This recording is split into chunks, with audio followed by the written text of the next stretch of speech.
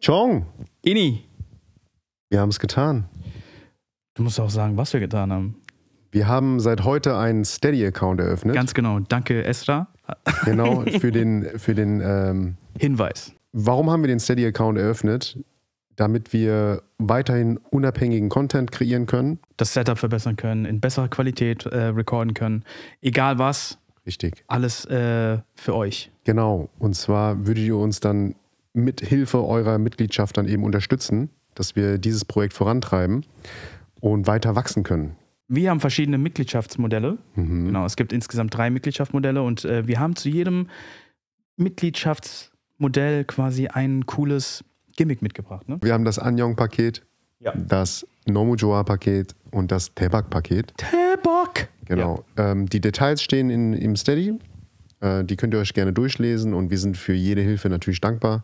Genau. Mit eurer Unterstützung können wir das schaffen, dass wir unabhängig bleiben. Langfristig gesehen auch der Plan, vielleicht komplett werbefrei zu sein, oder? Wir reden die Welt. Herzlich willkommen zu Wir reden die Welt, eurem Podcast am Montagmorgen mit Ini und Chong. Indie? Ini. Herzlich willkommen zu Wir reden die Welt, eurem Podcast am Herzlich willkommen zu... Oh, Sorry. Kein Problem. Herzlich willkommen zu Wir reden die Welt, eurem Podcast am Montagmorgen mit Ini und Chong. Guten Morgen. Guten Morgen. Sorry, sorry. alles gut, alles gut. Ich habe verwechselt Chong mit Strong, so, deswegen dachte ich so. Ja, genau. Ja, aber das... Nee, alles gut. Sorry, gerne nochmal. Nein, das lassen wir drin jetzt. Das finde ich gut. In dem Wort Leidenschaft steckt ja das Wort Leid drin. Das Wort Leiden. Und du leidest ja, weil du etwas so sehr liebst, dass du es machen möchtest. 10.000 Stunden musst du etwas machen, um darin ein absoluter Experte zu werden. Mir kamen fast die Tränen, weil ich gesagt habe, okay, ich bin so happy, dass ich Musik machen darf. Und dann boom, konnte ich die Sendung gewinnen und... Okay, das war jetzt extrem fast forward. Okay. Warte. Das Ding ist halt so, schon in Vietnam darf ich halt wirklich vor zigtausend von Menschen performen. Und hier zum Beispiel auf der kommenden Tour, da haben wir kleine Locations, wo vielleicht 250 Leute reinpassen. Und viele fragen mich auch so, hey, Strong, du hast alles in Vietnam, so, warum tust du dir das an? In der Zeit, wo ich auch in Deutschland Musik machen wollte. Ich hatte nie wirklich so die Gelegenheiten bekommen, hier was zu machen. Weil einfach zu dieser Zeit der asiatische Typ nicht gefragt wurde. Mit meiner Tour versuchen wir auch wirklich, also auch mein ganzes Team, versuchen wir auch die Local Promoter zu zeigen, so asiatische Künstler aus Deutschland können Tickets verkaufen. Macht's euch gemütlich, holt euch ein Getränk oder was zum Snacken, denn es ist wieder Zeit für eine neue Folge von Wir reden die Welt mit Ini und Chong, euren 2 Lieblingskoreanern. Ini. Chong, guten Morgen. Guten Morgen. Wie geht's dir? Gut. Ja, dir geht's gut? Ey, mir geht's gut. Ich merke, du bist wieder so energiegeladen, ey. Ja. Schon fast schon nervig, ey. Okay. Nur weil es Wie kann man so gut gelaunt sein? Nur weil ey? Samstagmorgen ist, Ja. und du schlecht geschlafen hast. Ini, wie geht's dir? Ja, ganz gut. Ich hab ein bisschen roughe Nacht hinter mir. Ja. Bisschen schlecht geschlafen und zu allem Erschrecken habe ich festgestellt, mir wächst ein zweiter Kopf auf der Nase. Okay, gut, dass du es am Anfang schon sagst. Ja, ey, Alter, ich bin heute Morgen aufgewacht, ich denke mir, nee, ey, das kann nicht wahr sein, ey. Vielleicht sieht man es auf der Kamera gar nicht, aber Ja, gut, dass du schon mal gesagt hast. Hört auf rein zu zoomen jetzt. Ganz genau. Der Grund, warum wir hier heute sind, ist, wir haben einen Gast. Richtig. Ini, wen haben wir denn da? Unser Podcast für heute ist Strong. Strong! Ey, Hey. welcome. Hi. Herzlich willkommen zu uns. Hallo, Xin Chao, Chong. Ja, wir hatten ja schon eben gerade den Verpeiler. Ich habe ja Chong gesagt und er so, hä? Strong? Aber guck mal, dein Name wird ja geschrieben Strong, aber das S in Klammern. Genau, Das heißt, eigentlich heißt du, Auch Chong. genau. Trong, genau. Aber es wird im Vietnamesischen Chong ausgesprochen, richtig? Fast, also wenn man es Chong. wirklich richtig, dann Chong. Oh, das ist sehr kurz. Ja, okay. Genau, es ist Chong. halt... Ja. Weil wir haben eine Freundin, die heißt, die wird Tram geschrieben, aber Tiam ausgesprochen. Chong, yeah, Genau. Deswegen dachte ich auch am Anfang, dass es Ja. mit dem J ausgesprochen wird. Und ich war schon mal in Nha Trang. Ja? Und es wird ja Natrang geschrieben. Ach so, okay. Daher kenne ich das. Und vor allem auch eine lustige Seitenanekdote. Ich war in Vietnam und da war jemand, der hat ein Boot, der hat uns mit dem Boot rausgefahren aufs Meer. Und ich weiß gar nicht mehr, wie das zustande gekommen ist, aber ich glaube, ich habe irgendein Lied gesungen, also wo englische Zahlen drin vorkommen. Und er fand das lustig und hat mitgemacht. Und er hat dann gesagt, 1, 2, G. Ah, ja, echt? Yeah. 1, 2, G. Ah, okay. Ey, das heißt, du bist auch ein Chong, komm. Jo. Ja, okay. Ey, weißt du was? Du kannst direkt mal deine Instagram-Accounts und so alles mal aufsagen, dass die Leute mal alle dir folgen können und so und reinschauen können. Okay, hey, gerne. Hallo ihr Lieben, ich bin Strong und ihr könnt mich gerne auf Instagram finden unter instagram.com/ChongHioOfficial, also ChongHioOfficial, oder gebt einfach Strong ein, müsstet mir eigentlich finden. Oder auf TikTok, ich habe da 2 Accounts, mein deutscher Account ist unter trong.de zu finden und mein vietnamesischer Account unter ChongHioOfficial. Genau. Gibt es noch so YouTube und alles mögliche. Genau. Ja. Also Ja, Strong ja. hier oder einfach Strong. Ja, das ist der Wahnsinn, ja. Guck mal, ich habe auf YouTube ja gegoogelt, ja, Ja. dich, und dann habe ich so ein paar Live-Auftritte gesehen, ne? Und da waren einfach mal so 2.000 oder 3.000 Leute, die alle geschrien haben und gekreischt haben, so, wirklich, ja. Krischen. Gekrischen. Gekrischen? Das wollte ich fast sagen, aber dann dachte ich, das kann doch nicht richtig sein. Die gekrischen haben, ja. Und ich fand das total so, ja, das ist schon echt riesig so. Aber weißt du Dankeschön. was? Vielleicht machen wir das doch jetzt komplett und der Strong hat jetzt 10 Sekunden Zeit, sich vorzustellen und deine 10 Sekunden beginnen jetzt. Ich bin Idol in Vietnam, bin aber in Deutschland geboren und bin im Asylheim hier aufgewachsen und groß geworden. Und ich denke so wirklich so die Story, die Journey from Underdog zum Idol. Genau, und diese Story werden wir natürlich jetzt so ein bisschen erörtern, ein bisschen beleuchten.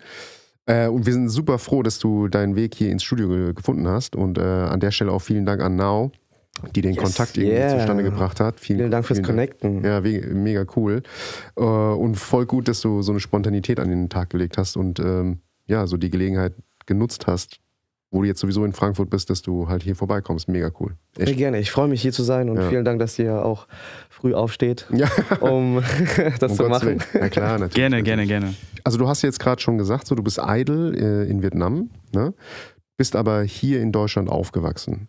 Du hast ja gesagt, jetzt, genau, vielleicht beginnen wir chronologisch, ne? Gerne. Wann bist du nach Deutschland gekommen? Ich bin hier geboren. Also ich bin Deutscher, wenn man es so nehmen möchte. Aber du hast jetzt gerade gesagt, du bist im Asylheim aufgewachsen. Genau. Also ich bin hier geboren, aber dadurch, dass meine Eltern keine Papiere hatten zu der Zeit, mussten wir in Asylheim sozusagen unsere Zeit verbringen. Okay. Und wo war das? Sagt dir Münnerstadt was? Jetzt ist eine winzige Kleinstadt, glaube ich, in Bayern. Aha, okay. Ah, okay. Münnerstadt. Okay. Sagt mir ehrlich gesagt nichts. Mir auch nichts, überhaupt nichts. In der Nähe von Bad Kissingen. Ah ja, okay. Das sagt euch vielleicht was. Das sagt mir was, ja. Mir nicht. Mir immer noch nicht. Aber Bayern sagt mir was. Immerhin. Genau. Ja. Also du bist dann die gesamte Kindheit und Jugend dann dort groß geworden oder? Die ersten 7 Jahre habe ich dort verbracht. Und dann hast du ja gesagt, du hast dann angefangen zu singen und bist in die Tanzschule gegangen. Das heißt, du hast also schon einen ganz kleinen... War das so aus deiner Initiative oder wollten deine Eltern, dass du das tust? Nee, es war voll mein Ding. So. Ja? Also auch im Asylheim schon ganze Zeit DJ Bobo angemacht im so einem kleinen Kastenfernseher. Ja. Ey, warte mal. Weil DJ Bobo, da musst du ja noch richtig jung gewesen sein. So ein kleiner. Ja, ich glaube, ich war noch 5 Okay. und habe vor einem Kasten da getanzt. So. Ich kenne den noch so von früher, diese TV-Kasten und so. Ja. Nicht mehr so Smart-Bildschirme, aber genau. Und eigentlich hatte ich schon immer den Traum gehabt, auf der großen Bühne zu stehen, für Leute zu singen, zu performen. Und wenn wir dann nach Bad Kissingen gezogen sind, konnte ich dann wirklich auch Unterricht nehmen. Ah, okay. Und war dann im Kinderchor. Ah ja, Genau. Von der Kirche oder von was? Nee, von der Stadt. Von der Stadt, okay. Städtischen Kinderchor, ja. Aha. Dann haben wir auch so Musicals gemacht, das war ganz geil. Ja. Da durfte ich Moses spielen. Aha. Oh, Das ist eine Hauptrolle dann quasi. Ah, krass. Ja, genau. Die Das Hauptrolle, war cool. Ja. Und was war jetzt das dann für eine Richtung, dieses Tanzen? Also eigentlich generell war das, das nennt sich Dance for Fans. Hast du schon mal gehört? Ehrlich gesagt, Ich nein. glaube, die Tänzer-Community kennt das vielleicht. Dance for Fans bedeutet Videoclip-Dancing. Das heißt, du tanzt das nach, was die Superstars in ihren Musikvideos tanzen. Okay, das habe ich schon tausendfach gesehen. Ja, genau. Das ist Nachtanzen, ja, genau. Ich meine, jetzt ist das K-Pop. Ja. Ja, die Choreos von den Künstlern zu tanzen. Aber früher war es genauso von Britney Spears, Justin Timberlake, NSYNC und genau. Ah, okay. Ja, wenn es damals schon TikTok gegeben hätte, gell? Ja, ne, ey, voll. Ja, krass. Und wie lange ist das her? Wie lange tanzt du denn schon? Tschüss. Boah, lass mich nicht lügen, ey. Boah, über 20 Jahre. Über 20 Jahre? Ja, ich habe gestern erst mit meiner Managerin gesprochen. So, ey, über 20 Jahre tanze ich schon, ja. Okay, also interessant. Das heißt also, du hattest schon ist sie quasi in die Kinderwiege gelegt worden, dass du Singen und Tanzen quasi geliebt hast. Kommt es aber von deinen Eltern auch irgendwie? Also hat deine Mutter oder dein Vater so ein Talent oder so? Papa ist sehr künstlerisch. Mama ist eher so die taffe, ich sag mal, Businesswoman. Und Papa hat es immer geliebt. Er war früher in Vietnam berühmter Fußballer. Oh, okay. Echt? Genau, er war so eine Art, Bayern München, aber in Vietnam. Aber er hat gesagt, dass er eigentlich lieber Musik machen wollte und lieber tanzen wollte. Aber früher als vietnamesischer Mann da jetzt irgendwie zu tanzen, ist natürlich, geht gar nicht. Ist dein Papa heute stolz auf dich? Papa ist mein größter Fan. Papa ist wirklich, der hat mich immer unterstützt und immer bei jeder Kleinigkeit war der dabei oder bei jeder Tanzcompetition oder auch Singing-Competition ist er immer dabei gewesen. Ja. Ja, nee, Papa ist wirklich so auch mein bester Kumpel und ich würde auch sagen, so irgendwie im letzten Leben waren wir wahrscheinlich verheiratet oder so. Okay, wow. Cool. Ja, das ist ja schön. Das ist ja total... Ja, ich finde das immer faszinierend, wenn man so eine super enge, coole Bindung hat zum Vater oder zur Mutter oder zu beiden von mir aus, ne? Finde ich immer sehr, sehr, sehr, sehr rührend irgendwie. Ja, rührend ist das richtige Wort. Genau. Aber okay, das heißt dann aber, du hast dann Tanz- und Gesangsausbildung bekommen im Sinne von Kindertanzen, Kindersingen, Kinderchor. Und dann bist du ja wahrscheinlich immer einen weiteren Schritt gegangen. Ja, genau. Also dadurch, dass ich dann auch schon als kleiner Junge irgendwie auf Deutsche Meisterschaft oder Europameisterschaft gegangen bin, da durfte ich schon Einzelunterricht nehmen von unserer Tanzlehrerin. Bitte ein kleiner Shoutout an die Droste-Sari Tanzschule nach Bad Kissingen. Peace out. Nee, wirklich, also die haben mir das ja wirklich ermöglicht, dass ich so jetzt hier das auch alles machen darf. Aber ich kann mir vorstellen, dass da auch ziemlich viele Konflikte da waren. Ich meine, du hast jetzt gesagt, dein Vater ist ja ein größer Fan, aber auf der anderen Seite stand deine Mutter, die so eine taffe Businesswoman ist, wahrscheinlich gesagt hat, kannst du bitte was Anständiges machen und nicht tanzen und singen, oder? Ey, voll, Mama Mama so, ey, warum bist du nicht Doktor? Warum bist du nicht Anwalt? Ich so, ey Mama, Anwalt nicht, weil ich kann nicht streiten und Doktor nicht, weil ich kann kein Blut sehen. Also ich glaube, das Einzige, was ich machen kann, ist Musiker sein. Und sie hat auch, glaube ich, sie hat mir gesagt, bis vor ein paar Jahren hat sie sogar gedacht, dass Musik eigentlich nur mein Hobby ist. Oh. Wow. Und sie hat gesagt so, ach, ganz ehrlich, der macht einfach nur ein bisschen Musik, weil es ihm Spaß macht und dann später wird er dann wahrscheinlich was anderes machen. Aber jetzt hat sie verstanden, so okay, das ist wirklich mein Ding und das ist wirklich mein Leben. Ja. Okay. Aber da sieht man mal, wie Fleiß, Blut und Tränen und ein Traum einen treiben können, gell? So von klein auf. Tanzschule das ist eine gehen Leidenschaft. So. Ja, genau. Ja. Und das steckt ja auch, und ich weiß jetzt nicht genau, wie es bei dir ist, so, ne? Aber da vielleicht können wir da auch so ein bisschen, auch noch so gleich mal so ein bisschen drauf eingehen. Weil in dem Wort Leidenschaft steckt ja das Wort Leid drin. Das Wort Leiden. Und du leidest ja, weil du etwas so sehr liebst, dass du es machen möchtest, bist du bereit, Leid auf dich zu nehmen, sozusagen. Weißt du, ich meine, ist ja auch so ein bisschen so ein Ding so, ne? Also für mich. Ja, aber ich meine, das ist ja genau, ich finde jetzt bei dir ist das Beispiel, ohne jetzt die Details zu kennen, ne, aber bei dir habe ich so das Gefühl, du hast ja von klein auf eine Leidenschaft gehabt, die hast du verfolgt und weiterverfolgt und du wurdest auch gefördert. Also du hast auch glückliche Umstände gehabt, nehme ich mal an. Ne? Du hast ja gesagt, Tanzschule in Bad Kissingen, die dich so ein bisschen gepusht haben. Ja, genau. Und du hast eine Hauptrolle bekommen als Moses. Das hat dir dann auch nochmal... Aber es sind ja so Umstände, ne? Die halt dafür da so reinspielen. Ja, das sind so Bits und Bytes, die du kriegst, die dich dann halt nochmal Selbstbewusstsein geben. Ja. Richtig. Und dich so ein bisschen pushen. Dann hast du einen Papa, der halt sagt so, ey, cool, was du machst, so. Ja?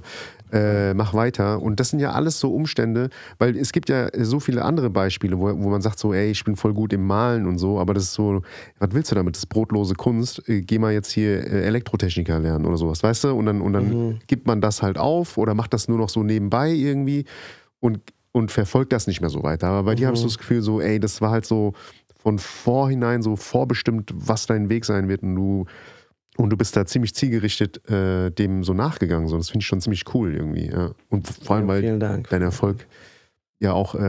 spricht ja für sich. Spricht für sich, ja. Genau. Ja. Ich, ganz ehrlich, auch gestern, ich war joggen am Main und habe da Musik in den Ohren gehabt. Und mir kamen fast die Tränen, weil ich gesagt habe, okay, boah, ich bin so happy, dass ich Musik machen darf. Und ich bin so happy, dass ich meine Leidenschaft... nachgehen kann. Ja. Genau, und auch ganz ehrlich, wie du es gesagt hast, da steckt wahnsinnig viel Leid drin. Leid einfach im Sinne von, dass man sagt, okay, hey, man ist ready, auf andere Sachen zu verzichten. Zum Beispiel, anstatt Games zu spielen, zu trainieren, zu üben, anstatt irgendwie Zeit mit deinen Freunden zu verbringen, dass du dann sagst, okay, du sitzt dann im Studio und schreibst Songs und machst da Musik und so. Und ich meine, klar, das sind ganz viele Momente, die man nicht sehen kann. Ja. Aber das gehört total dazu, in diese Vorbereitung. Und ich war jetzt auch, ich gebe später einen Dance-Workshop und ich musste erstmal jede Nacht, also letzte Nacht und vorletzte Nacht im Gym üben, damit ich die Choreo auch wirklich drauf habe und so. Und genau, aber wenn es wirklich deine Leidenschaft ist, wenn es wirklich deine Passion ist, dann ziehst du durch. Ja. Weißt du, dann bist du echt damit okay, dieses Leid auf dich zu nehmen. Ja. Und ich sage auch immer so, wenn du wirklich was machen möchtest, egal ob das Künstler ist oder ob das jetzt irgendwie Maler ist oder ein guter Elektriker, weißt du? Oder vielleicht ein bisschen mehr in der Kunst-Area-Bereich, ist einfach ganz oder gar nicht. Ja. Also du musst dafür dein Leben, sag mal... Du musst dafür brennen halt, ja. Absolut, ey. Und da fällt mir ein Zitat ein von Messi, das habe ich irgendwann mal in Social Media gesehen. Der hat nämlich gesagt, es hat mich 15 Jahre gekostet, um über Nacht ein Star zu werden. Ach so, ja. Ja, und das bedeutet halt, du musst halt, wenn der Moment kommt, ne, musst du halt bereit sein. Ja. Und wenn der Moment kommt und du bist nicht vorbereitet, da gibt's auch ein Zitat im K-Pop, oder das habe irgendwann mal irgendwo aufgeschnappt. Es gibt nichts Ehrlicheres als die Bühne. Ja? Und wenn du auf der Bühne stehst, dann wird nämlich klar, ob du bereit bist oder nicht. Ja? Und das fand ich eigentlich ziemlich geil als Bild so, weil du kannst noch so trainieren, du kannst halt trainieren und dich richtig hart vorbereiten. Dann gehst du auf die Bühne und bretterst einfach los. Oder du hast halt versäumt zu trainieren, stehst auf der Bühne und verkackst es halt, ja. Guck mal, und was soll ich mal sagen? Ich habe den höchsten Respekt vor dir, ja, weil du es halt auch so durchgezogen hast. Jemand, der so auf eine Sache zielt und nur eine Sache so lange perfektioniert, da habe ich meinen größten Respekt vor. Ja. Dankeschön. Ja. Danke. Die Formel lautet 10.000 Stunden, habe ich gehört. Ja, das sagt man. Ja, genau. 10.000 Stunden musst du etwas machen, um darin ein absoluter Experte zu werden. Genau. Das heißt 10.000 Stunden tanzen zum Beispiel. Er hat bestimmt schon 20.000 hinter sich. Ja. Weißt du, das Ding ist nämlich, wenn du mit 5 oder 6 Jahren ungefähr anfängst, bist du mit circa 17, 18 Jahren bei diesen 10.000 Stunden angekommen. Und das ist dann, wo dann viele Leute dann eben durch die Decke gehen. Aber das heißt dann auch, dass es nie zu spät ist. Das heißt, du kannst mit 20 auch anfangen und dann die 10.000 Stunden sozusagen machen. Ja. Und dann vielleicht mit 25 dann irgendwie durch die Decke gehen. Also was ich auch mal total support, ist einfach alles, was gegen so diese Norm einfach entspricht. So. Weißt du, einfach, auch wenn du 30 bist und du hast Bock jetzt einfach wirklich auf der Bühne zu stehen, zu performen und sowas, dann durch harte Arbeit schaffst du das. Ja, Iggy und Chong, wir werden es mit 43 machen. Absolut, ey, ich freue mich auf euer Debüt, ey. War geil. Wer wird tanzen, wer wird da singen? Beide. Nice. Nein. Wann hast du denn dir überlegt, wirklich ein Artist zu werden? Also so ein Künstler zu werden und mit Songs rauszugehen? Ich muss sagen, so zuerst war es eigentlich schon so, dass ich hatte das Talent bekommen im Tanzen wirklich. Das ging so easy, das ist alles smooth und ich konnte das schnell die Tänze lernen und so. Aber das Singen ist mir immer schwer gefallen. Okay. Also schlechte Atemtechnik, keine starke Stimme. Genau, deswegen musste ich vom Singen her super viel trainieren und auch super viel üben. Und aber es war schon immer mein Traum gewesen zu sagen so, hey, ich möchte auf die Bühne und ich möchte wirklich da vorne stehen und Leute berühren mit meiner Musik, die denen Freude bereiten und denen was geben so. Dann habe ich einfach bei Tanzwettbewerben mitgemacht und erstmal und dann auch irgendwie Singing Competitions. Hat ein bisschen länger gedauert, also am Anfang. Ich habe auch, kennt ihr noch Star Search? Ja. Ja, also das ist war ja eine DSDS oder Genau. Die Vorversion davon, ne? Nee, nicht die Vorversion. Es war irgendwann mal, hat dann diese ganzen Fernsehsender, hat dann auf einmal jeder einen. Ja, Popstars, Deutschland sucht die Superstar und so weiter. Star Search war auch Sat 1. Ah, okay. Richtig? Genau, Ja. richtig. Ja. Was Star guck mal, Search war für Kids auch. Also okay. DSDS und so, das ging ja erst ab 16 los. Ja. Aber Star Search, da durftest du schon in der Kategorie Kinder, durftest schon mitmachen und sowas. Aber genau, ich bin eine Runde weitergekommen, aber total fail und habe es auch nie wirklich geschafft, irgendwie in die engeren Auswahl zu kommen. Vom Singen her musste ich wirklich viel arbeiten, sodass ich dann irgendwie mich dann beworben habe. Nach dem Abitur habe ich mich beworben für Unis. Und auch für Musikschulen, wo ich halt Ausbildung machen kann. Ja. Die Unis haben mich nie genommen, weil die gesagt haben, so ja, du solltest lieber irgendwie so eine Musical-Ausbildung oder Musical studieren, weil ich halt so tanze und singe und sowas. Das gab es in Deutschland ja noch nicht so wirklich viel, weißt du. So Universitäten, die genau irgendwie Performer. Genau, Künstler ausbilden und so, ne? Genau ja, das also Musiker ja, aber wirklich so Performer, die irgendwie auf der Bühne dann wirklich tanzen und singen. So, ich glaube, da waren die auch ein bisschen überfordert. So. Okay. Genau. Ja, die haben halt damals die Overall-Vision nicht gesehen, würde ich sagen. Ja, also wie er schon sagte, ich glaube, das war halt der Zeit voraus halt. Genau, das gab's halt nicht. Genau. Ich glaube, die erste, ganz ehrlich, und vielleicht sage ich jetzt was Falsches, aber die erste, die mir jetzt in den Kopf kommt, ist Britney Spears, die getanzt hat und gesungen hat. Aber es war furchtbar, ey. Digga, warum? Ich sag ganz, guck mal, ich hab damals, ich war in Amerika, habe ich ja mal erzählt. Ja, genau. Und meine damalige Gastschwester, die war halt so mega Britney Spears-Fan, logischerweise. Da gab es live im Fernsehen ein Konzert, was übertragen worden ist. Das habe ich mir dann mit ihr zusammen angeschaut. Die konnten nicht singen. Also während des Tanzens. Es ist auch eine schwierige Sache. Ja, total. Kannst du mit Sicherheit bestätigen. Das hat sich grottenschlecht angehört. Da habe ich gedacht, was ist denn das, ey? Ich habe mich wirklich erschreckt. Das war wahnsinnig schlecht. Ja, heutzutage, also dank K-Pop, gehört das ja zur Tagesordnung, dass der Künstler richtig hardcore tanzen kann, aber trotzdem die Töne trifft. Ja? Und trotzdem immer noch den Song performen kann. Ja. Ich meine, natürlich gibt es hier und da Tricks dabei, natürlich, aber trotzdem gehört es halt dazu, dass du halt, dass es halt live performt ist trotzdem. Ne? Wenn wir in der Chronologie bleiben, habe ich dann jetzt in meiner, nachdem dann klar war, dass du zu uns kommst, habe ich mir so ein bisschen Spotify so ein bisschen angehört. Die meisten deiner Texte verstehe ich leider nicht. Ach echt nicht? Bist du vietnamesisch? Genau. Aber dann ist mir ein Song, also natürlich gucke ich auch auf deinen allerersten Song. So, ne? Oh. Und da habe ich nämlich den Song gehört, der 2016 rausgekommen ist. Ich glaube, der heißt Come Closer oder sowas, glaube ich, kann es sein. Ja? Ja, genau. Und der ist aber auf Deutsch. Ja. Genau. Und der ist nämlich auf Deutsch und dann habe ich so gehört und dachte so, okay. Krass. Und das ist so dein erster Song gewesen? Oder ist das. Gar nicht mal war das mein erster Song. Mein erster Song war 2014. Ah, okay.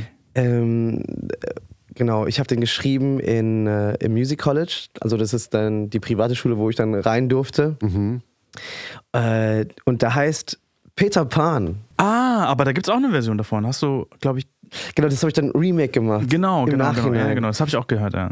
Aber genau, Peter Pan, das war so mein erstes Single auf Deutsch sogar. Und da habe ich einen Flashmob gemacht in Hannover. Ich habe in Hannover studiert. Da habe ich mich durch die Straßen getanzt von Hannover und war in der U-Bahn, habe da getanzt. Auch da schon, stimmt. Und dann genau haben wir einen Flashmob dann vor dem Bahnhof gemacht mit ganz vielen Tänzern. Und ja, der Song war irgendwie, war cool. Also die Leute haben es irgendwie auch gefeiert, also die Leute in Hannover, also irgendwie sowas, so ein asiatischer Kerl, der jetzt einfach mal da durch die Straßen tanzt. Und genau, ich habe den Song geschrieben einfach aus dem Grund, weil ich gemerkt habe, okay, ich bin an einem Punkt angelangt, wo ich jetzt gerade die Ausbildung mache. Das heißt also, es wird gerade ernst. Ich bin bald fertig mit der Ausbildung, das heißt, ich muss da jetzt irgendwie erwachsen werden, aber wollte das nie. Ja. Ich habe gesagt, so, ja, ganz ehrlich, ist mir eigentlich völlig egal, was andere Leute sagen. So, ich möchte einfach nochmal Kind bleiben und einfach Spaß haben und einfach Musik machen, weil es mir Spaß macht, nicht irgendwie, um Geld zu verdienen oder mit dem Ziel, berühmt zu werden. Ja. Aber okay, das war in der Zeit, als du in Hannover warst, oder wie? Genau. Weil da habe ich schon eine Frage. Was bist du denn dann, wenn du einen Abschluss gemacht hast? Pass auf. Ich bin staatlich anerkannter Berufsmusiker und Musikpädagoge. Aha. Wow, Genau. okay. Das war jetzt keine Uni, das war nämlich eine private Ausbildungsschule. Ja. Und genau, nochmal ein Shoutout an Music College Hannover, die sind so wahnsinnig supportive und haben auch letztes Jahr für die Tour dort vorbereitet. Naja, Berufsmusiker und Musikpädagoge. Das heißt, du könntest jetzt quasi, eigentlich könntest du dann quasi eine Therapiesitzung mit uns machen, indem wir Naja, Musikpädagoge bedeutet eigentlich eher so einfach Lehrer. Musiklehrer. Ah, okay. Das klingt einfach nur geiler, Musikpädagoge. Okay, ja. Aber genau, also mir war es eigentlich gar nicht wichtig, so der Titel war mir gar nicht wichtig. Also es war mir einfach nur wichtig, zu lernen und mehr über Musik zu lernen. Bist du auch Songwriter? Ja, ich schreibe meine eigenen Songs. Deine eigenen Songs schreibst du, okay. Genau. Und, aber auch auf Vietnamesisch dann? Vietnamesisch und Englisch. Also dann ist dein Vietnamesisch schon sehr gut dann, ne? Nein, denn ich muss alle vietnamesischen Texte nochmal von einem wirklichen, richtigen Vietnamesen nochmal abchecken lassen. Okay. Aber Moment mal. Ich habe ja auf deinem Instagram-Kanal gesehen, dass du auch in Vietnam im Fernsehen bist und auch Vietnamesisch sprichst. Hören die Leute das, dass du dann aus Deutschland bist? Oder hast du trotzdem eine gute Aussprache und kommst da nicht als der ausländische Vietnameser an? Ich würde sagen, ich bin jetzt schon 10 Jahre in Vietnam. Am Anfang absolut wussten die, okay, es gibt ein Wort für Vietnamesen im Ausland. Das heißt Viet Kieu. Viet Kieu. Okay. Genau. Und das hat man auf jeden Fall gemerkt. Auch vor allem, weil ich in Vietnam bei Vietnam Idol mitgemacht habe. Das ist die vietnamesische Version von DSDS. Und das fanden, glaube ich, auch ganz geil, dass da jetzt irgendwie so ein Viet Kieu ankommt, der irgendwie so gebrochen, geschwollenes Vietnamesisch spricht. Ja. Das fand ich auch ganz süß. Und genau, aber jetzt, wenn ich normal rede, dann würde ich behaupten, dass die es nicht wissen. Aber wenn ich irgendwie Interviews führe oder sowas, dann geht es wieder tiefer in die Materie, dies und das und dann, okay, du bist nicht von hier. Ey, aber jetzt hat er das Stichwort gesagt, ne? Du hast ja bei dem vietnamesischen DSDS dann mitgemacht, nachdem du hier, also in Deutschland warst und hast gedacht, okay, gehe ich jetzt nach Vietnam und mach da mit, ne? War das eher so oder was war die Motivation, da mitzumachen? Eigentlich war es so, wir gehen alle 4 Jahre einmal in Urlaub nach Vietnam mit meiner Familie. Und ich habe das Music College abgeschlossen und haben gesagt, okay, lass uns jetzt mal wieder nach Vietnam gehen und ein bisschen entspannen. Du hast jetzt hart gearbeitet, du kannst es dir gönnen. Dann waren wir dort und wir bleiben immer 1 Monat lang.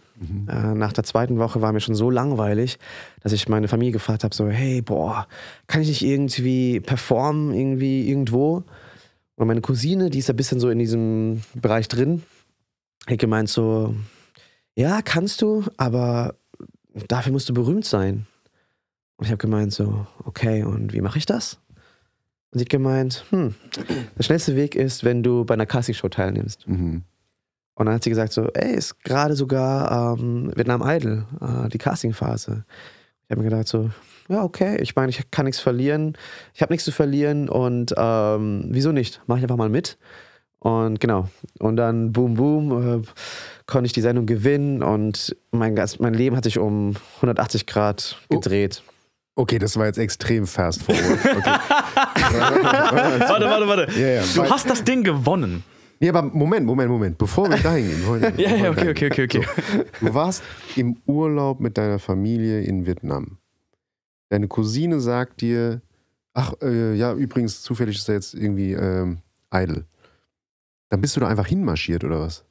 Ja. Einfach so? Tatsächlich, ja. Muss man sich da vorher anmelden oder sowas? Oder geht man da einfach hin? Ich weiß gar nicht, ja. Man muss sich anmelden, aber das Ding ist, also sie kannte sie hatte irgendwie Leute gekannt, die da in der Produktion arbeiten, sodass sie dann gesagt hat, okay, hey, kann er noch irgendwie dazu einfach mal mitmachen und sowas? Er ist aus Deutschland und so, genau, und ist gerade hier. Aber guck, und das meine ich, das sind wieder ein Aspekt, wo die Würfel für dich irgendwie fallen. So. Ja. Weißt du, was ich meine? So, du bist in Vietnam im Urlaub, du hast eine Cousine, die Connections hat, auf einmal ist Idol zu dem Zeitpunkt, also so, als würde der Kosmos wollen. Ja, genau. Also stell dir mal vor, wenn eins davon nicht passt, ist ja schon, weißt du bist in Vietnam, es ist Idol, aber deine Cousine hat keine Kontakte. Schon weg. Du bist in Vietnam. Voll. Es gibt kein Idol. Es gibt kein Idol, genau. Oder du bist einfach nicht in Vietnam. Weißt du, wenn ein Faktor davon nicht zutrifft, ist das, ja. Und auch noch mal zurückzuführen auf das, was du gesagt hast vorher, mit ready sein. Das heißt also, genau, also ich musste ja ready für solche Momente sein. Und zum Glück habe ich auch dieses Mindset gehabt, so vorher, also gesagt, okay, ich übe jeden Tag bis 9 Uhr abends und sowas. Ich weiß nicht für wann und ich weiß auch nicht für was, aber ich weiß nur, dass ich einfach ready sein muss, weil so Gelegenheiten einfach kommen, so.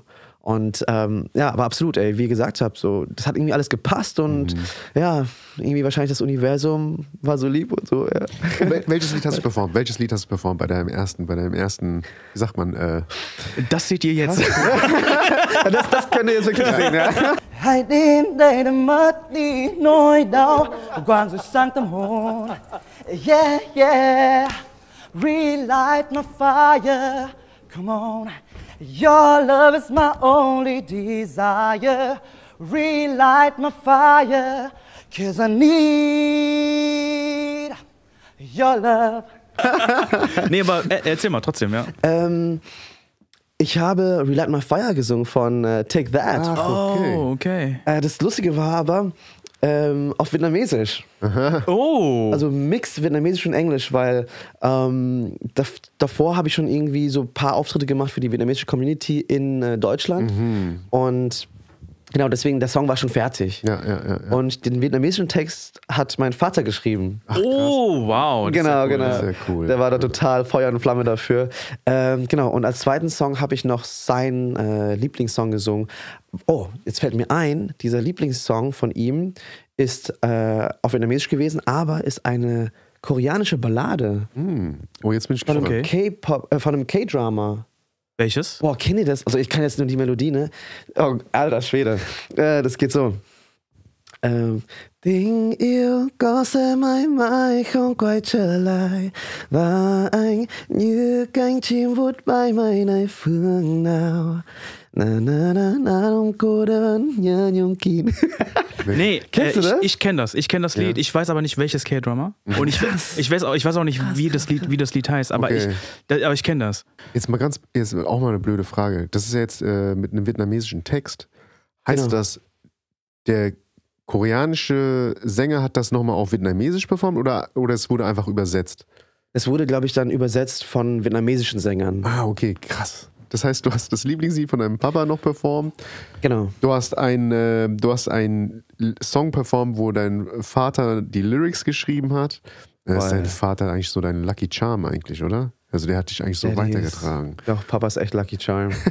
Aber ist der Grund, warum ich das hier... Ja, aber das ist gut. Ja, Aber heißt das denn dann, dass du deinen Aufenthalt in Vietnam verlängern musstest am Ende des Tages? Ja, es war so, dass ich dann dort war und dann irgendwie in die Top 10 Live-Shows gekommen bin. Ja. Ach ja, kleiner Fun-Fact, ich habe den Titel bekommen German Hot Boy. Oh, okay. Genau, okay. also ich weiß, ich musste total lachen drüber. Aber ja, nee, fand ich cool. Und wie sagt man das auf Vietnamesisch? Weiß ich gar nicht. Die haben es auf Englisch gesagt. Achso, die haben es auf Englisch gesagt. Also die Medien haben es auf... Warte, haben die dann so, immer wenn du auf die Bühne bist, German, hard boy? Nee, das war eher so... die Medien und so, die haben halt irgendwie geschrieben und so. Ach so, okay. Sorry. Okay, Aber da kann ich mir vorstellen, so, gut, du hast dann so die ersten Runden überstanden, dann gibt es ja wahrscheinlich auch so Marktforschungsergebnisse. Wer ist denn so beliebt von den ganzen Casting-Personen? Da wird wahrscheinlich dann erfahren worden sein, so, ey, der Trong, der ist mega sympathisch, der kommt gut an bei den Zuschauern, so, ne? Dann kommen ja die ersten Interviews und so wahrscheinlich, gell? Ja. Oder? Mit Sicherheit, ne? So, komm, setz dich mal hierher, jetzt wollen wir mal ein bisschen mehr über dich erfahren. Ja, so, dann bist du ja plötzlich so voll im Fokus, so, ne? Wie war denn das für dich? Es war für mich so, ey, als... Natürlich. Ja, irgendwie... Ist wahrscheinlich wie, als wäre ein Traum in Erfüllung gegangen, gell? Ganz ehrlich, in dem Moment habe ich noch gar nicht realisiert, wie krass das eigentlich ist, weil ich war ja in diesem Idol-Haus und ich durfte auch nicht raus. Wir mussten alle gemeinsam dort drin bleiben mit den Top 10 und wir wurden da trainiert, wir haben da gesungen, haben da tanzen trainiert und geübt und ich wusste eigentlich gar nicht, wie die Leute auf mich reagieren. Also ich meine, klar, ich habe jetzt Interviews gemacht und gegeben und auch irgendwie so ein paar Sachen von mir gelesen im Internet. Ja. Aber wirklich so, dass, ich sag mal, was für ein Hype eigentlich da war, das habe ich dann erst gemerkt, als ich dann wirklich gewonnen habe und draußen war. Ah, okay. Ach, das heißt, du bist wirklich in so einer Bubble und du kriegst gar nicht wirklich viel mit so. Gar nicht, irgendwie, also voll. Also, Wahnsinn. Wie ist denn das? Also, wo warst du denn eigentlich? Wo war dein erster Auftritt? Dein erstes Casting, wo war das? Das war in Ho Chi Minh City. Ho Chi Minh City. Also, genau. So, und dann die nächsten, das ist ja wahrscheinlich immer irgendwo anders, ne, in Vietnam, oder? Nee, also genau, es war das Casting und dann direkt Recall und die nächsten Runden waren alle in Ho Chi Minh City. Aha. Genau. Und dann irgendwann kommt ja Top 10 und dann ziehst du erst in die Villa, richtig? Genau, vor den Top 10 hatten wir 2 Wochen Zeit gehabt, um zu entspannen. Da war ich in Deutschland für 2 Wochen und dann bin ich wieder nach Vietnam geflogen für die Live-Shows. Haben die dich eingeflogen? Nee. Du musst alles selber bezahlen? Genau. Aber okay. Aber in dem Moment war es ja so, okay, mein Rückflug ginge sowieso nach Deutschland und ich müsste jetzt sozusagen dann nochmal einfach ein Hin-Ticket buchen. Oh, ey, das ist voll selbstbewusst. Der macht ein One-Way-Ticket nach Vietnam. Ja, One-Way-Ticket, ohne irgendwie zu wissen, so, was abgeht. Was hast du im Finale dann performt? Was ist dein Finalsong gewesen, womit sich alle Leute komplett Vietnam in dich verliebt haben? Finalsong war This hit, that ice cold Michelle Pfeiffer, the white nice. This hit, Bruno Mars, ne? Ich liebe ihn. Geil, ja. Schön mit Tanzen auch und so weiter. Absolut. Richtig, ja, Wahnsinn. Wirklich auch so tanzen. Ich habe angefangen im Make-up-Room. Ich habe gesagt so, hey Leute, ich möchte gerne im Make-up anfangen und dann, dass mir jemand so dann, meine Weste anzieht und dann mache ich da so einen Move, bam, so einen Freeze und dann bewege ich mich während dem Singen dann vom Make-up-Room dann auf die Bühne und so. Geil, okay, wo dann die ganzen Tänzer auf mich warten und dann so, ey, yo, hier, dies, das und dann, genau. Das hätte ich gern gesehen und vielleicht können wir es jetzt auch gleich. Streue ich auch hier rein.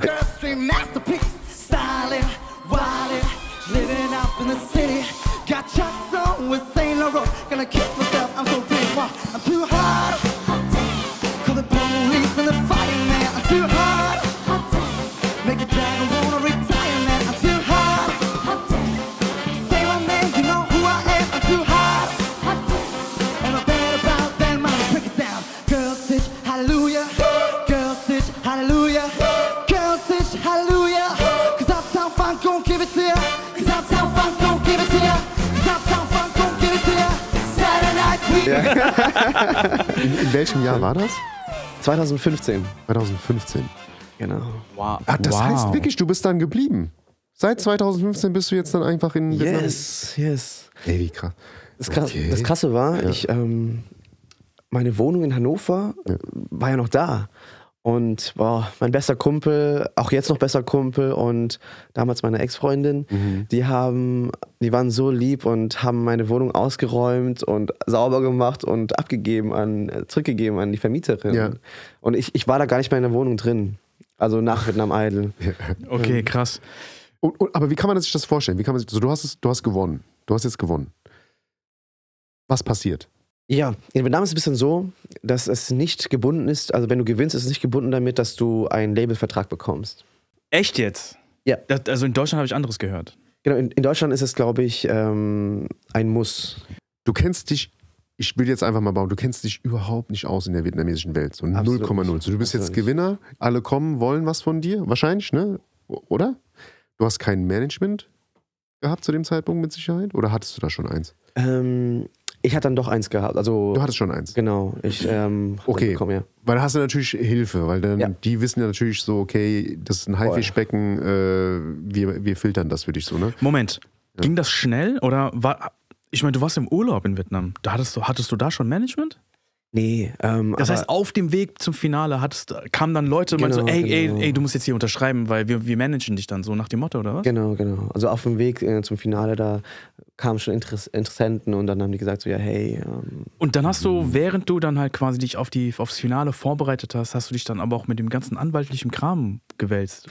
Nee, also zum Glück habe ich meine Cousine gehabt, so die ein bisschen da drin ist in dieser Szene und dann hat sie sich drum gekümmert und auch mit den Leuten gesprochen und sowas und mir dann auch Ratschläge gegeben, okay, hey, welche Company ist jetzt ganz cool, passt für dich und so. Guck, schon wieder. Ja, schon wieder ein Ding, was... ein weiteres Puzzleteil. Was genau richtig passt. Wahnsinn. Ja. Aber das heißt dann, du bist dann in Ho Chi Minh geblieben wahrscheinlich? Genau. Ja. Das ist dann auch so der Künstler-Hub in Vietnam? Entertainment-Hub. Entertainment-Hub, okay. Ja, dann bietet sich das ja natürlich an. Ne? Wie? Ja. Okay, du hast das Finale gewonnen dort. Und dann bist du ja nach Hause und hast dann so, oh krass, feierst dich ja dann. Wie groß war denn dein Bekanntheitsgrad dann plötzlich in Vietnam? Und wie bekannt warst du da? Okay, also ich habe das nicht gecheckt. Ich wusste nicht, wie bekannt. Also weil erst nach dem Finale ich dann wirklich irgendwie in die normale Welt rausgehen durfte. Und dann genau mein Onkel, der hat gemeint so, hey Trong, komm noch mal in unser Heimatdorf. Weil die Leute würden dir gerne Glück wünschen und einfach mal Hallo sagen. Und ich so, ja, okay, wieso nicht? Und er hat gemeint so, ja, er hat was Kleines vorbereitet mit einer kleinen Bühne, zusammen mit 200, 300 Gästen, die dann irgendwie dabei sein möchten. Und genau, und sind wir von Hanoi, wo waren das? Genau, von Hanoi aus dann nach Hai Sương gefahren mit dem Auto. Das sind ungefähr 2 Stunden. Und ich bin angekommen. Ey Leute, ich wusste nicht, was passiert, ey. Tausende von Menschen waren da. Also wirklich so, eine Menschenmasse, die uns da begrüßt haben. Und ich bin nicht durchgekommen. Also ich brauchte 6 Leute, die mich irgendwie so abschirmen. Und ein Mädchen so, die haben natürlich alle nach mir gegriffen und sowas und ein Mädchen hat mir eine schöne Schelle gegeben, also unabsichtlich, weil die einfach nur so mich anfassen wollte und dann die so, ich habe ihn angefasst und so genau und die sind alle total, die haben am Auto rumgehauen und sowas und also keine Ahnung, ich wusste nicht, was mir da geschieht so. Ja. Natürlich ist das voll die Ehre und auch voll schmeichelhaft. Aber genau, ab dem Zeitpunkt habe ich, glaube ich, gemerkt, so, okay, diese Sendung war ein Phänomen so in Vietnam für die Leute. Weil, ihr müsst euch auch vorstellen, nicht anders als DSDS ist ja wirklich, das heißt ja Vietnam Idol. Und für die ist es wirklich so, oh, wir haben ein Idol gefunden. Also im Finale konnte ich mit 72% vom Zuschauervoting gewinnen. Oh, krass, okay, 72 ist krass. Okay. Und genau, also für sie war es auch irgendwie so ein Ding so, boah, ey, der gibt uns irgendwie Hoffnung so oder irgendwie sowas, einen frischen Wind und irgendwie positive Energie und so. Und so, dass sie dann irgendwie wirklich so ein Idol gefunden haben. Krass. Wow. Ja, und es war... Ey, und weißt du, was das Krasse ist? So wie man sitzt jetzt hier einfach hier. Ja. Nein, weil das ist ja das Abgefahrene ist, ja. Also glaube ich jetzt auch für dich so, ne? Ich glaube, für dich wäre es jetzt schwierig, in Ho Chi Minh einfach auf der Straße rumzulaufen. Oder? Also es geht schon, aber klar, Leute erkennen mich und manchmal kommen die auch auf mich zu und dies und das, aber ja. Es geht.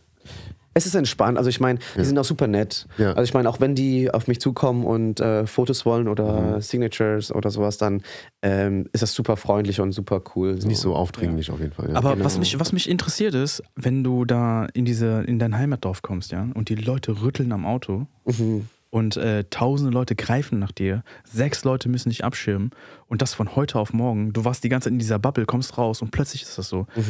Kriegt man da nicht ein bisschen Angst, ey? Nee, gar nicht. Nee, hattest du gar keine Angst?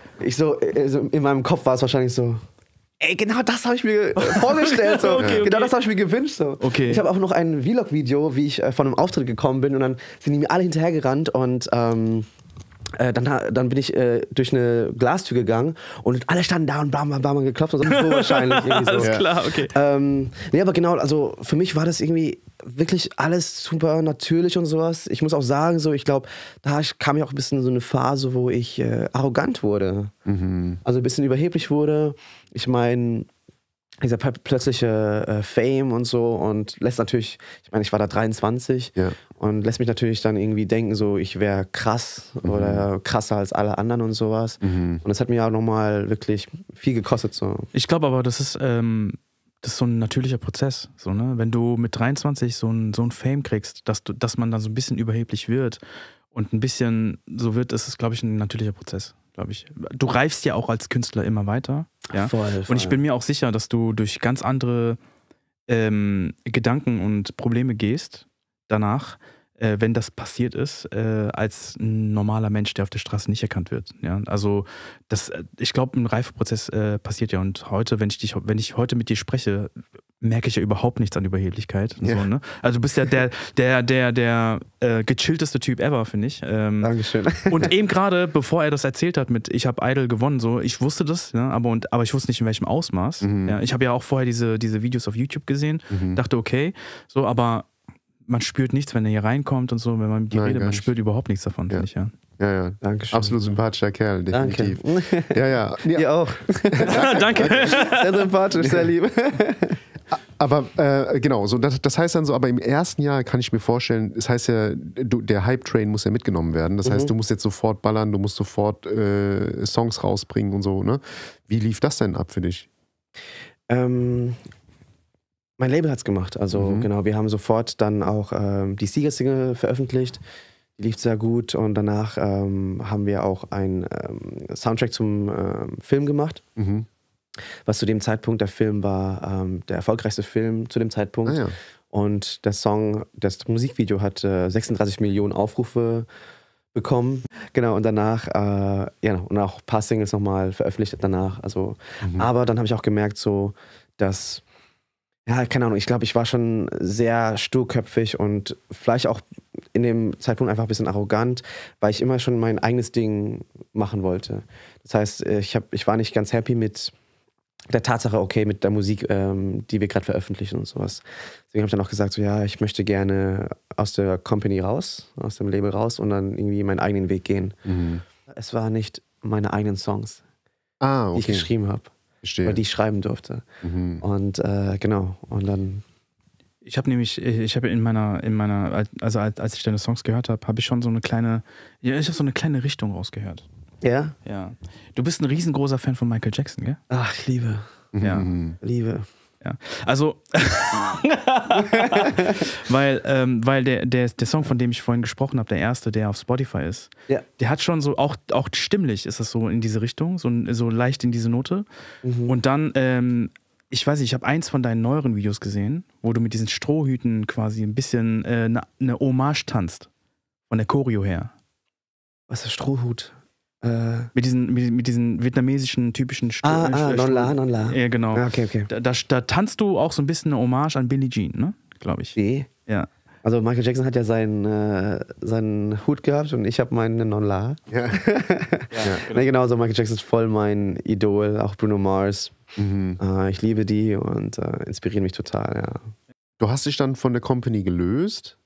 Hast du dann dein eigenes Label gegründet oder wie? Noch nicht. Da habe ich erstmal, ganz ehrlich, ich wusste gar nichts von Vietnam. Ich meine, in der Zeit, wo ich in der Company war, die haben sich um alles gekümmert.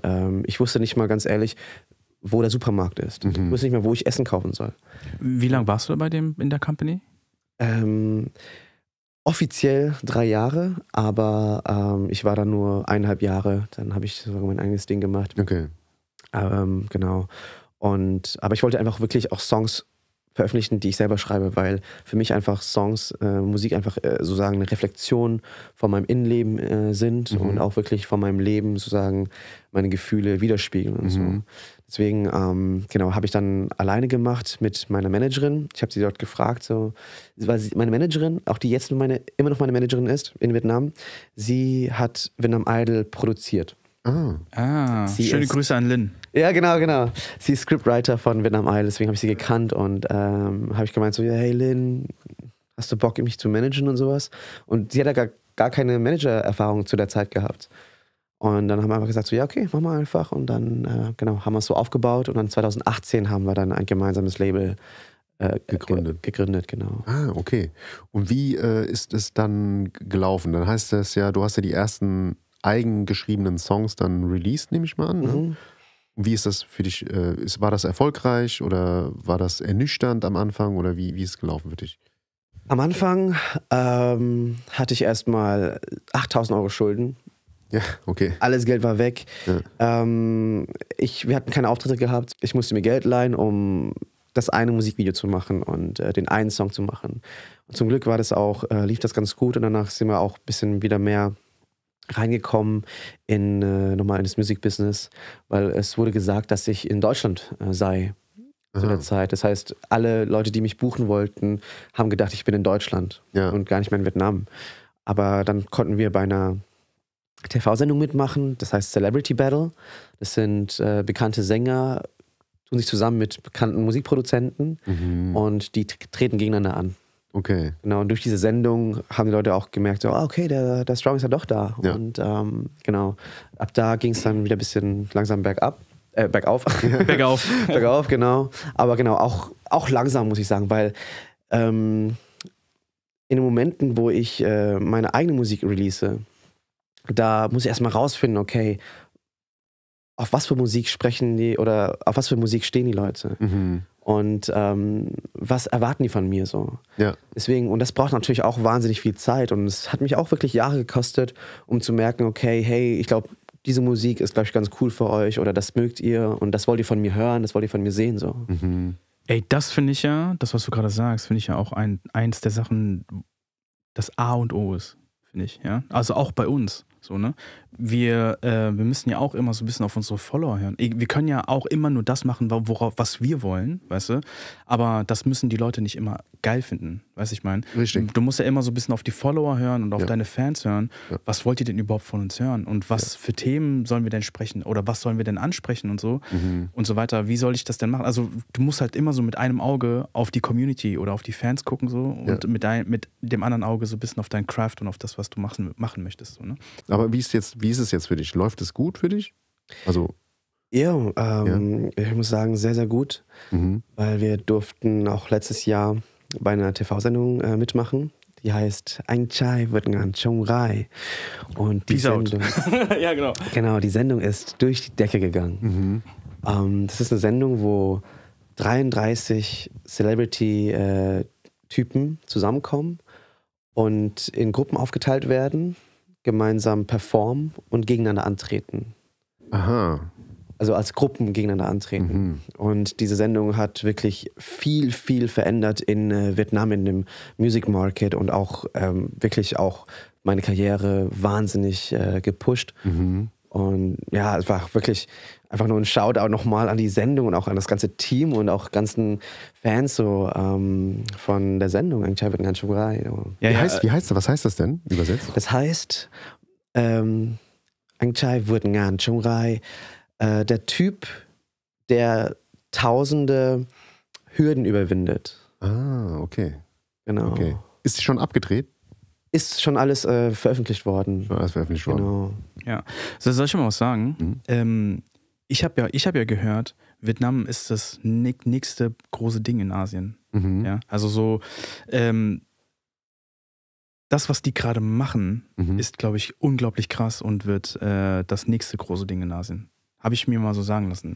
Weil so modern, wie die gerade sind, wirklich, ich hab gehört, es ist gerade alles super modernisiert in Vietnam. Weiß ich nicht, ob du es vielleicht bestätigen kannst. Voll. Ja. Und auch die Mucke und die ganzen Sachen, die ganze Kultur, die jetzt langsam kommt, ne?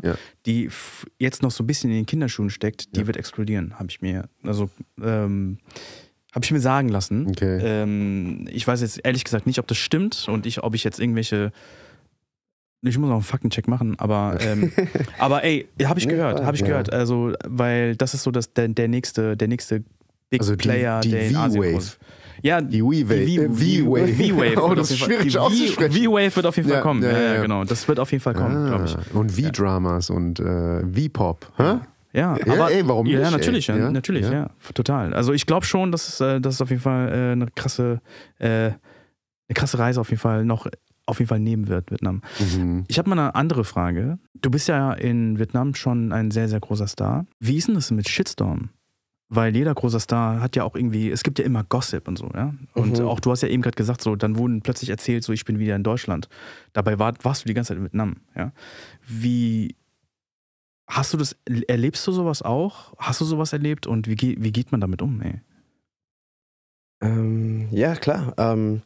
Mir wurde mal gesagt, dass es ein sorry, könnt ihr vielleicht piepen, aber es gibt ein Porno-Video von mir. What the? Genau, also. Das piep ich nicht. Also, das ist ein Sexvideo von mir. Und das ging dann auch durch die Medien und so. Und dann habe ich gesagt, so, ich habe am Anfang erst gesagt, so, okay, die labern wahrscheinlich einfach nur, weil dies und das. Und dann, aber dann irgendwie kam auch unser Booker zu uns, hat gemeint so, ja, hey, was ist daran? Ist da was Wahres daran und sowas? Dann habe ich gesagt, okay, ich möchte bitte mal gerne mal das Video sehen, wo alle denken, so das wäre ich. So. Und genau, also ich kann euch sagen, das war nicht ich. Okay. Auf jeden Fall. Aber genau, also es gibt immer Leute, die natürlich was behaupten, so was nicht stimmt. Oder auch Shitstorm, die natürlich sagen so, ja, der ist scheiße oder sowas, was ich und dies und das. Ja. Aber ja, ganz ehrlich, ich versuche damit ziemlich gechillt damit umzugehen, weil ich sage immer, es wird überall Hater geben. Aber es wird auch überall Leute geben, die dich dafür lieben, für das, was du machst. Und weil in Korea ist es ja so, wenn du einen Shitstorm kassierst, dann bist du weg vom Fenster. Das erlebt man ja immer wieder, dass Idols oder irgendwelche Celebrities, jetzt ob Trunkenheit am Steuer zum Beispiel, ja, werden irgendwie erwischt oder sowas und dann sind die erstmal 3 Jahre weg vom Fenster. Ja, zum Beispiel. Schränkst du dich da, was das angeht, auch ein? Also so, weil du ja eine Person der Öffentlichkeit bist und in Asien ist ja alles ein bisschen strenger. Ja, ich bin da ziemlich brav, so, sag mal so. Also wenn ich Motorrad fahre, dann trage ich auch Helm. Aber weil ich auch wirklich weiß, okay, hey, ich habe hier eine andere Verantwortung den Leuten gegenüber. Weil wenn ich jetzt irgendwie ohne Helm Motorrad fahre, ich meine, abgesehen von der Strafe, die man zahlen muss, das ist jetzt nicht so krass, ne? Aber das viel Wichtigere für mich ist, wenn zum Beispiel eine Mutter mit ihrem Kind dasteht und das Kind sieht und sagt so, hey Mama, ich möchte keinen Helm tragen, weil er trägt auch keinen Helm beim Motorradfahren und sowas. Das ist einfach so, das möchte ich nicht antworten. Ja. Genau. Und ich möchte also auch wirklich so, ich möchte wirklich ein Role Model für die junge Generation sein. Das heißt also, Sachen, wovon ich halte, dass das nicht in Ordnung ist, mache ich auch nicht. Ja. Also auch in meinem Privatleben auch nicht. Also deswegen muss ich mich da auch gar nicht jetzt irgendwie verstecken oder irgendwie heimlich Sachen machen und sowas, weil ich muss auch sagen, so ich bin da auch gar nicht mit solchen Dingen irgendwie affin, so ich trinke keinen Alkohol, dies und das und ja. Also da besteht nicht so viel Gefahr, dass dann halt irgendwie irgendetwas ausartet, wenn du mal im Ausgang bist oder sowas. Also manchmal nur bin ich halt total laut oder bin ich halt total so total dulli-mäßig drauf, so. Ja. Also da muss ich ein bisschen, aber ganz ehrlich, für mich ist es auch so, solange es keinem was schadet und solange du einfach happy bist und einfach gut drauf bist, ey, ganz ehrlich, bist du berechtigt, das zu machen, so. Ja, also. Ja, voll. Also sehe ich genauso. Aber wie ist denn dann jetzt so die Transition zwischen Vietnam und Deutschland? Wenn du jetzt wieder, also weißt du? Ja, crazy, voll. Das Ding ist halt so, schon in Vietnam darf ich halt wirklich vor zigtausend von Menschen performen. Und hier zum Beispiel auf der kommenden Tour, da haben wir kleine Locations, wo vielleicht 250 Leute reinpassen. Und viele fragen mich auch so, hey, Strong, du hast alles in Vietnam, so, warum tust du dir das an? Ja, aber es ist auch deine Heimat irgendwo, ne? Das ist ja Deutschland ist, wo du groß geworden bist. Ich glaube schon, dass sich das immer wieder hierher zieht, oder? Es hat auf jeden Fall eine andere Bedeutung für mich, es hier in Deutschland zu machen. Aber für mich ist es auch so, in der Zeit, wo ich auch in Deutschland Musik machen wollte, ich hatte nie wirklich so die Gelegenheiten bekommen, hier was zu machen. Weil einfach zu dieser Zeit der asiatische Typ nicht gefragt wurde. Damals meine Managerin hat mich einem Musikproduzenten vorgestellt und hat ihm ein Bild gezeigt. Und er hat das Bild gesehen, hat gesagt so, mit dem möchte ich nicht zusammenarbeiten. Bevor er überhaupt mich singen oder tanzen gesehen hat. Und er hat gemeint einfach nur, weil der asiatische Typ einfach, er glaubt nicht daran, dass es gerade funktionieren würde. Und jetzt dank K-Pop sind Leute viel offener und hören K-Pop und kennen so diesen asiatischen Typen und finden es auch super und finden es auch cool. Aber habt ihr schon mal einen asiatischen Künstler irgendwie in deutschen Musiklandschaft gesehen, der aus Deutschland kommt? That's what I said, Digga. Und das hab ich auch schon sehr lange gesagt. Ich bin auf der Suche immer noch hier, ja. Wir sind hier ein Musikstudio, wir machen gerne Musik, ununterbrochen. Ich wäre gerne, also das war auch so ein Herzenswunsch von mir, den ersten asiatischen Popstar in Deutschland zu etablieren, der auf Deutsch singt, ja, weil das habe ich noch nicht gesehen, einfach, ja. Und auch immer noch so, guck mal, du bist ein riesengroßer Star in Vietnam, kommst hierher und spielst in Venues, wo es so 200 Leute Nachtleben, das spielen normalerweise Hip-Hop-Underground-Leute, ja, also ehrlich, und da spielst du jetzt in Frankfurt, wo ich denke, ey, ich habe den höchsten Respekt vor dir, dass du das machst, wirklich, ja, weil du kommst tatsächlich wieder zurück und spielst in diesen kleinen Venues, weil dir gewisse Sachen wichtig sind. Ja, und auch vor allem, die Tour ist mir wichtig. Zum Glück darf es schon unsere zweite Tour sein. Letztes Jahr haben wir es schon mal gemacht in Deutschland. Und ich meine, klar, 40.000 Zuschauer und 250 Zuschauer ist komplett was anderes. Aber mit meiner Tour versuchen wir auch wirklich, also auch mein ganzes Team, versuchen wir auch die Local Promoter zu zeigen, so. Asiatische Künstler aus Deutschland können Tickets verkaufen. Und einfach, dass die einfach auch merken und sagen so, okay, ja, das hat ganz gut mit Strong geklappt. Wir würden auch gerne andere asiatische Künstler aus Deutschland buchen, die hier ihr Konzert spielen können. Ja. Oh, ich krieg grad richtig Gänsehaut auch, ey. Ne? Also, ohne Witz, also ich finde das richtig, also weil genau diese Story auch so, ne, macht ja auch Hayun, ja, macht ja auch die Steffi, macht ja auch die Kanakaya, ne, und so, das sind ja alles so diese Stories, dass man halt was zurückgibt in Deutschland, dass man das so ein bisschen nach vorne pushen will. Absolut. Und ich finde das auch, ey. Wir haben das, ich weiß nicht, ob du krass. unsere Folgen auch so ein bisschen verfolgst. Wir haben sehr, sehr starke Folgen und Episoden gedreht mit Gästen, die wir hatten, die uns auch viel beigebracht haben über die Medienlandschaft in Deutschland, was wir unterschwellig gewusst haben, aber nie ausdrücken konnten. Ja. Und das wurde uns dann durch die Gäste bestätigt. Und das Ganze hat halt einfach ein Bild und einen Namen bekommen. So, ja. Und das ist, jetzt sagst du das Gleiche, also du haust genau in dieselbe Kerbe. Genau, du sagst, nö, ich wurde einfach nicht akzeptiert so als asiatischer Künstler. Hab die Aufträge einfach nicht bekommen oder ich war nicht interessant für die, weil die gesagt haben, das funktioniert nicht, tschüss. Und das hast du überall in der Medienlandschaft. Das hast du im Fernsehen, das hast du in der Musik, im Theater, das ist überall. Das ist Wahnsinn, ja. Und und voll gut, dass du da so einen riesen Beitrag jetzt da lieferst und diese Deutschlandtour jetzt zum zweiten Mal machst. Ja, Singst du? Kleiner Beitrag. Ja, ach nein, das ist ein großer Beitrag. Ey, wenn du vor 40.000 Leuten in Vietnam spielen kannst, kommst aber hierher, spielst vor 200, finde ich das ein sehr, sehr großer Beitrag. Absolut. Singst du, performst du auch auf Deutsch dann, die Show hier? Das ist dann halt deine Songs auf Vietnamesisch. Genau. Auf Vietnamesisch und Englisch habe ich die Songs. Und ich mache auch ein paar K-Pop-Songs. Ah, nice, cool. Genau. Okay. Die coverst du dann, oder was? Oder? Genau. Aber spielen wir mit Live-Musikern und auch mit Tänzern. Cool. Und es ist also, genau, es ist also eigentlich schon so die Shows, die man so sieht auf den großen Bühnen, aber wirklich auf ganz, ganz, ganz, ganz kleinem Bereich und kleine Stage und so. Okay. Und weißt du was? Du kannst jetzt einfach mal hier in die Kamera, wo du deine Instagram eben gerade gesagt hast, kannst du nochmal deine Show und deine Tourdaten nennen. Deine Tourdaten gerne. Und auch gerne sagen, wo man die Tickets kaufen kann. Für alle Leute, die noch kein Ticket haben, könnt ihr vielleicht direkt jetzt noch ein Ticket holen für die Strong Deutschland Tour. Ja, danke dir, Chong. Leute, kommt sehr gerne zur Strong Rise Up Tour 2025. Am 28. März bin ich in Stuttgart im Club Cannes, am 29. März in Frankfurt Nachtleben, am 11. April in Hamburg Bahnhof Pauli, 12. April Köln Club Ehrenfeld und am 13. April in Berlin im Franz Club.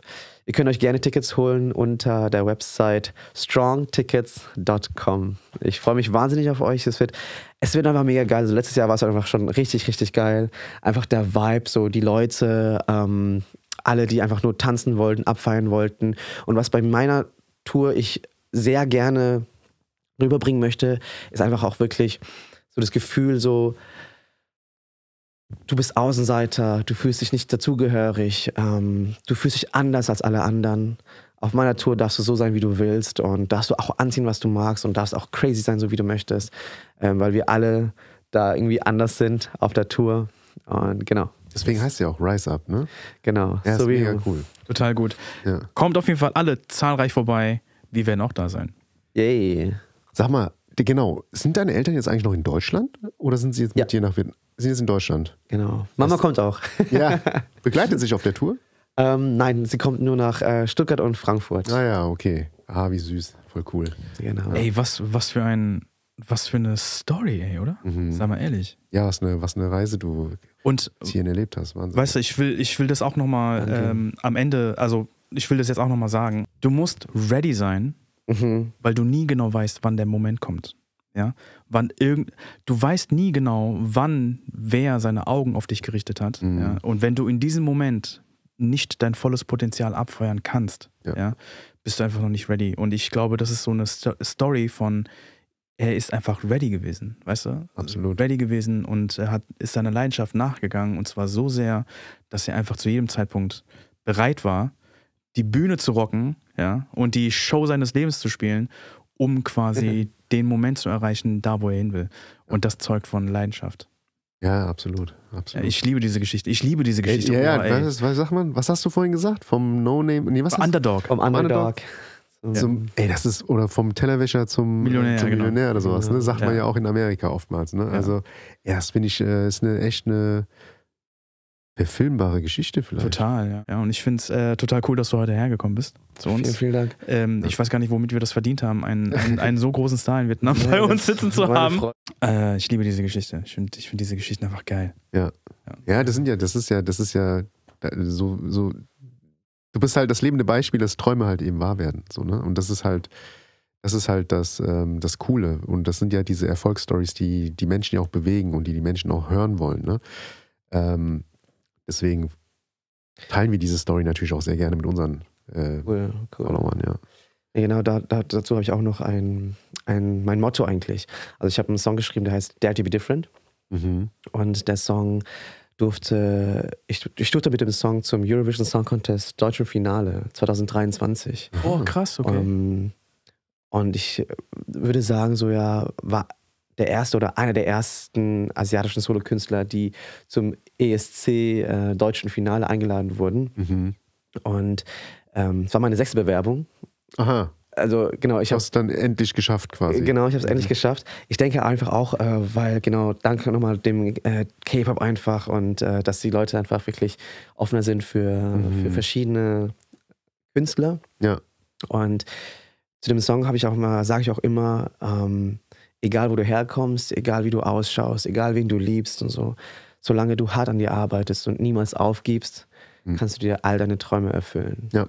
Und genau, das ist auch so, dass mein Motto für die Strong Rise Up Tour und generell für meine Musik, vielleicht einfach den Leuten ein bisschen motivieren zu können, zu sagen so, okay, hey, wenn es wirklich eure Leidenschaft ist und es euch Spaß macht, dann zieht durch und macht das, ja. Ja, nee, super, cool. Das ist total. Die richtige das ist wirklich die richtige Einstellung. Lasst euch nicht unterkriegen. Ja, wenn man einen Traum mit aller Konsequenz verfolgt, dann hat der Traum keine andere Wahl, als Wirklichkeit zu werden. Ja? Träume sind da, um wahr zu werden. Genau. Ganz genau. Leute, geht auf Spotify, tippt ein Strong.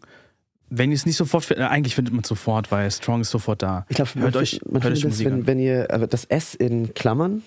Ich habe es heute auch so gefunden. Ja. Aber Capital Letters oder? Ich habe einfach Strong eingegeben. Ja? Okay, aber es kann sein, weil ich es schon einmal eingegeben hatte. Ja, das kann sein. Ja. Also S in Klammern, dann groß Strong, ja, Strong. Genau. Dann findet ihr all seine Musik, hört rein, die ist wirklich gut. Ja. Wenn ihr dann noch nicht genug habt und ihn tanzen sehen wollt, geht auf YouTube, gebt dasselbe ein. Wirklich absolut coole Performances, die, wie ich finde. Kurze Tour. Ja, genau. Und das, da bin ich ja noch gar nicht. Und wenn du das dann cool findest, dann hit the Follow-Button, ja, auf seinem Instagram. Und wenn du dann noch zur Tour kommst, das wäre das Sahnehäubchen, ne? Weil die Tour ist auf jeden Fall deutschlandweit. Ihr könnt alle kommen und wie ihr gerade gehört habt, seine Tour steht für tatsächlich auch etwas. Ja. Und das finde ich gut. Kann man supporten. Selbst du kannst so kommen, wie du möchtest. Ja. In meinen Joggers, gell? Ganz genau. Ja, finde ich gut. Hier, jetzt mal eine Frage. Wenn Inni und ich, wenn wir einen Song machen würden, würdest du als Feature-Gast mit dabei sein? Würdest du es machen? Sehr gerne, wenn ich eingeladen werde. Oh, wow. Natürlich. Okay, er weiß nicht, dass wir es wirklich planen. Unter einer Kondition. Ja. Wir müssen auf jeden Fall gemeinsam TikTok-Tanzvideos drehen zu dem Song. Oh, gerne. Euch beiden. Gerne. Ich sag gerne. Ich sag, ja, guck mal her. Okay, Deal. Ja? Okay. Ihr habt's gehört, ey? Ja. Dance Challenge mit Inni Chong und Strong. Ganz genau. Wow. Ey. Okay. Hand drauf.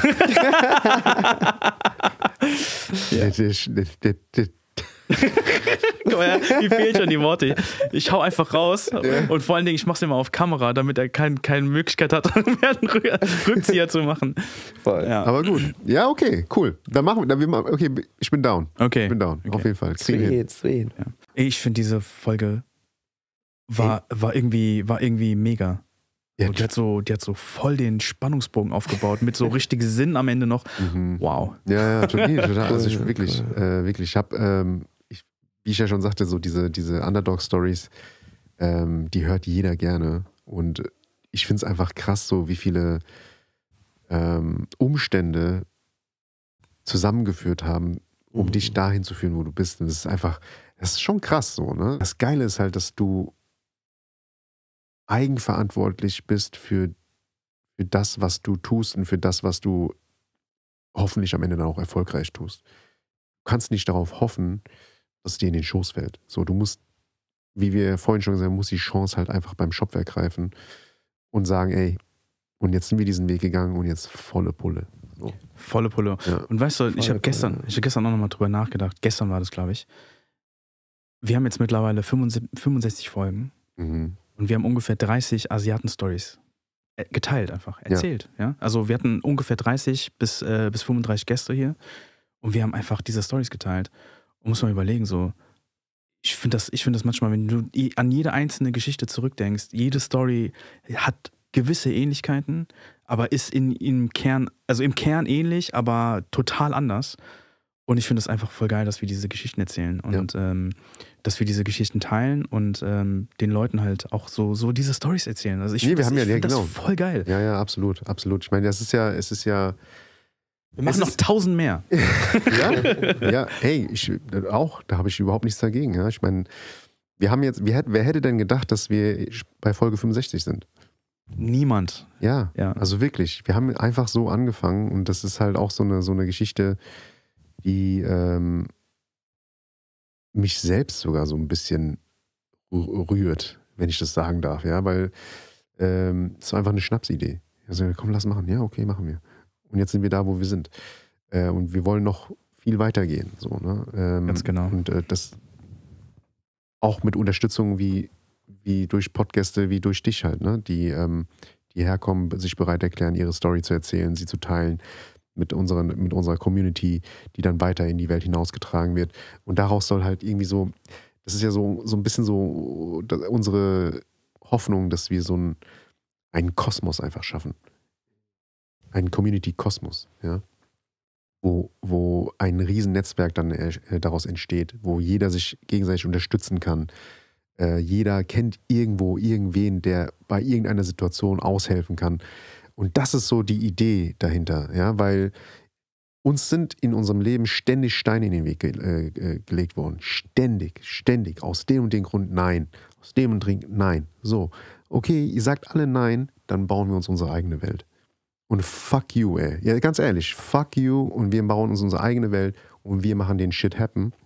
Wir machen den Scheiß, wie auch immer, Shit. Ihr wisst schon, was ich meine. Ja. Wir machen es möglich, einfach nur, weil wir es aus unserer eigenen Kraft, mit unseren eigenen Netzwerken, mit unserem eigenen Grips uns aufbauen.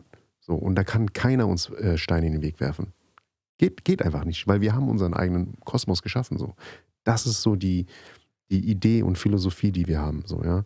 Und deswegen auch vielen, vielen lieben Dank nochmal, so, dass du halt hier warst oder hier bist. Das ist ein weiterer Mosaikstein in diesem ganzen Bild, das wir am Ende malen wollen. Ja?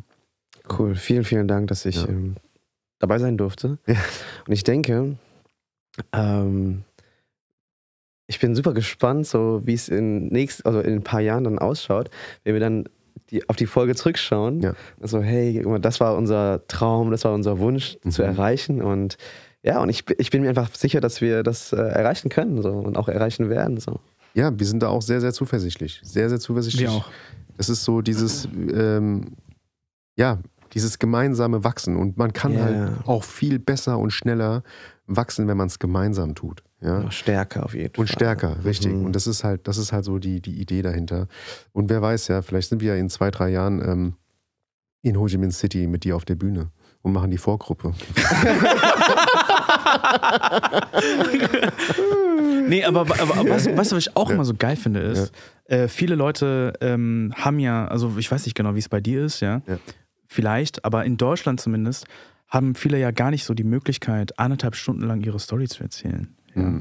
Also die machen natürlich ihre Bühnenshows, sind auf der Bühne, performen so, die Leute kommen zu den Shows und so, Fans wissen das natürlich so, aber oftmals haben sie ja gar nicht so die Möglichkeit, so eine lange Zeit einfach über sich selbst und ihre Story zu reden. So, ne? Und das ist halt auch so, was ich halt geil finde an dem, was wir machen. Und es kommt ja noch nicht mal zu einer Einladung. Ja, genau. Ja. Also, weißt du, es kommt ja noch nicht mal dazu, weil wir sind ja nicht interessant genug. Ja, das ist tatsächlich.